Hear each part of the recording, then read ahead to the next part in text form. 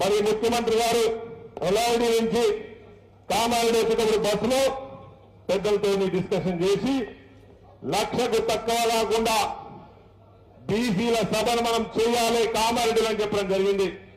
మరి వాళ్ళ ఆదేశానుసారము మరి మన బీసీ ముద్దుబిడ్డ మన ఉమ్మడి నిజామాబాద్ జిల్లా పిసిసి అధ్యక్షుల ఆధ్వర్యంలో సంవత్సరం పూర్తి చేసుకున్న సందర్భంగా కూడా ఒక్కసారి కూడా చప్పట్లతో కరతాళ ధ్వనులతో మన బీసీ బిడ్డ కాంగ్రెస్ పార్టీ బీసీని అధ్యక్షులు చేసింది. బీసీలది 1960 నుంచి బీసీలను గుర్తించే వాళ్ళు లేరు. వృత్తి రీత్యా గ్రామాల్లో పనిచేసుకుంటూ ఎన్నో బాధలకు బాధపడి ఆ రోజు 1960లో కాంగ్రెస్ పార్టీ ప్రభుత్వమే బీసీలను గుర్తుపెట్టుకొని 1969లో అనంతరాల కమిషన్ వేసి బీసీ కమిషన్ వేసి ఆ రోజు ఏబిసిడి అని వర్గీకరణ చేసింది కాంగ్రెస్ పార్టీ అని చెప్తా ఉన్నాను మీకు.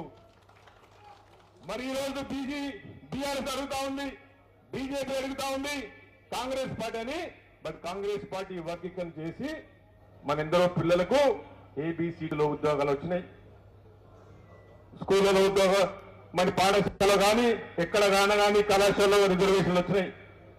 మరి ఈరోజు 1994లో పంచాయతీరాజ్ యాక్ట్ ప్రకారం 32% బీసీలకు స్థానిక సంస్థలు ఇవ్వాలని చెప్పి 1994 చేస్తే 2018లో ఇదే కేసీఆర్ గారు మరి బీసీలకు ఇచ్చింది 22% మాత్రమే. మరి ఈరోజు రేవంత్ రెడ్డి గారు 42% తీయాలని చెప్పి మన ఢిల్లీలో కూడా కొట్టడం జరిగింది. రాబోయే ఎన్నికల్లో 42% స్థానిక సంస్థలు రావాలి.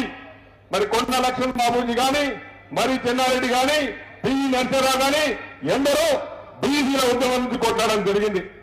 మరి అలా ఎల్లారెడ్డి ప్రతి కాంగ్రెస్ పార్టీ కార్యకర్తను, మండల అధ్యక్షుల్ని, మహిళా అధ్యక్షుల్ని, యూత్ కాంగ్రెస్ ని నేను అడుగుతానంటే ఈ సభను మళ్ళొక్కసారి ఎల్లారెడ్డి ఏంది అని చెప్పి మీరు నిరూపించుకోవాలని చెప్పి ప్రతి కాంగ్రెస్ పార్టీ కార్యకర్తలు ఇంటింటికి బూత్కు తిరిగి మన బీసీలది ఏంది, మన శక్తి ఏందని పక్కనున్న 4 మండలాలు తాడ్వాయి, గాంధారి, సదాశివనగర్, రాజంపేట్, రామారెడ్డి నుంచి అత్యధిక సంఖ్యలో మనం ఇల్లు తిరిగి బీసీలకు జరిగిన అన్యాయం ఏంటి, కాంగ్రెస్ పార్టీ ఏం చేస్తుంది, మరి సభ ఎందుకు పెడుతున్నాం, మన బీసీ బిడ్డ బీసీసీ ప్రెసిడెంట్ సంవత్సరం కంప్లీట్ చేసుకున్నాము.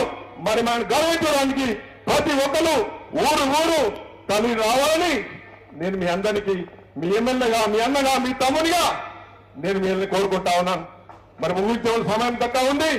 మనందరం కూడా 15వ తారీఖున జరిగే సభకు 1,00,000కు తగ్గకుండా మళ్ళొక్కసారి చేతులెత్తి మీ అందరినీ కోరుతూ ఇక్కడున్న ప్రతి కాంగ్రెస్ పార్టీ కార్యకర్తను మనస్ఫూర్తిగా అభినందిస్తూ జై కాంగ్రెస్. ఇప్పుడు జుక్కల్ శాసన